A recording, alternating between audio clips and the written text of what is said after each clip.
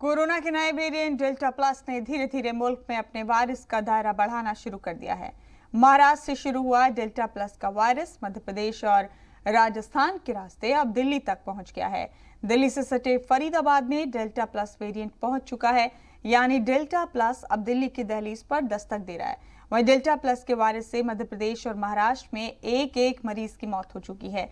Delta plus variant के फैलाव को रोकने के लिए ज्वाइंट हेल्थ सेक्रेटरी की तरफ से 8 रियासतों को खत लिख दिया गया है कि वो इसे रोकने के लिए जो भी जरूरी कदम फौरन उठाएं। लेकिन कहीं ना कहीं लोगों के मन में सवाल भी उठ रहा है कि कहीं ये हालात तीसरी लहर की जानिब इशारा तो नहीं कर रहे।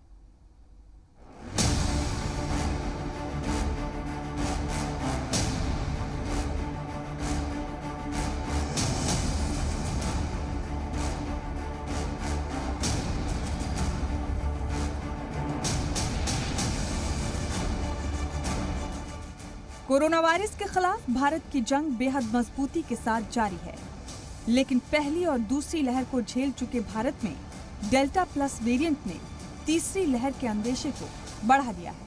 महाराष्ट्र में शुरू हुआ डेल्टा प्लस वेरिएंट का इन्फेक्शन मध्य प्रदेश और राजस्थान के रास्ते जम्मू तक पहुंच गया और अब तो हरियाणा के फरीदाबाद में कोरोना के एक सैंपल में डेल्टा वेरिएंट पाए जाने की तस्दीक हुई है, जिसके बाद अब दिल्ली को कोरोना के इस नए रूप से मुहतात रहने की जरूरत है।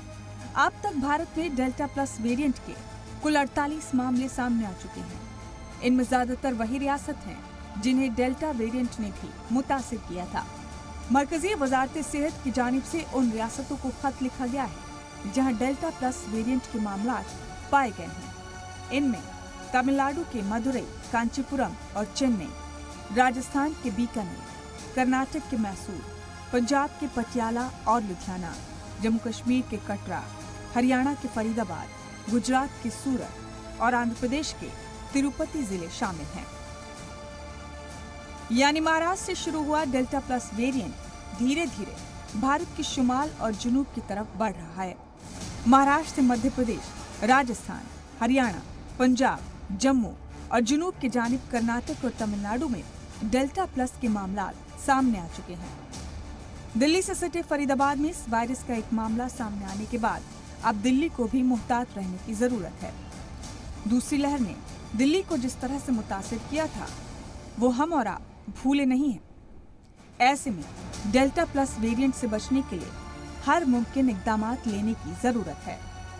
जिन रियासतों के जिलों में डेल्टा प्लस वेरिएंट के मामले सामने आए हैं, वहां के चीफ सेक्रेटरीज को खत लिखकर अहकामात दिए गए हैं कि इस वेरिएंट की फौरन रोकथाम के इक़दाम किए जाएं, जैसे कि आपस में मिलने जुलने पर रोक लगाई जाए, बड़ी सतह पर टेस्टिंग की जाए, फौरन ट्रेसिंग और साथ ही तरजीहात की बुनियाद पर वैक्सीन कवरेज की जाए। लेकिन इस वेरिएंट के साथ कुछ सवाल भी सामने आ रहे हैं और उनमें बड़ा सवाल यही है कि क्या दूसरी लहर की तरह डेल्टा प्लस भी तेजी से लोगों को इन्फेक्टेड कर रहा है। As we said, Delta Plus is present now in 12 countries. 48 cases have been identified in India and 12 Indian states. But more importantly, they have been very localized.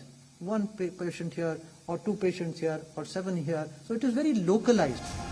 दूसरा सबसे बड़ा सवाल ये उठ रहा है कि क्या वैक्सीन इस वेरिएंट पर असरदार है, क्योंकि शुरुआत में दावा किया जा रहा था कि डेल्टा प्लस वेरिएंट पर वैक्सीन भी असरदार नहीं है, लेकिन अब साइंसदानों ने इस वेरिएंट को आइसोलेट कर इस पर वैक्सीन के असर की जांच भी शुरू कर दी है। Virus has also been isolated and has been cultured now, and we are doing the same test that we have done for alpha, beta, gamma and delta, looking at the laboratory test to check the vaccine effect. And this is ongoing, and we should have this results in about 7 to 10 days time, whether the vaccine is working against the delta plus. यानी delta plus variant को रोकने के लिए सभी जरूरी इक़दाम किए जा रहे हैं, लेकिन क्या डेल्टा प्लस तीसरी लहर के लिए जिम्मेदार होगा या फिर इस वेरिएंट को लेकर फिक्र करने की जरूरत नहीं है। क्योंकि delta variant already variant of concern है, इसलिए इसके सब लीनिएज को भी वेरिएंट ऑफ कंसर्न ही कहा जाएगा। जस्ट ये मैं आपके क्लैरिफिकेशन के लिए बता रहा हूं, और ये सिग्निफाई करता है प्लस कि कोई भी एडिशनल म्यूटेशन जो डेल्टा वेरिएंट में है उसको एक प्लस के साइन से डिनोट किया जाता है।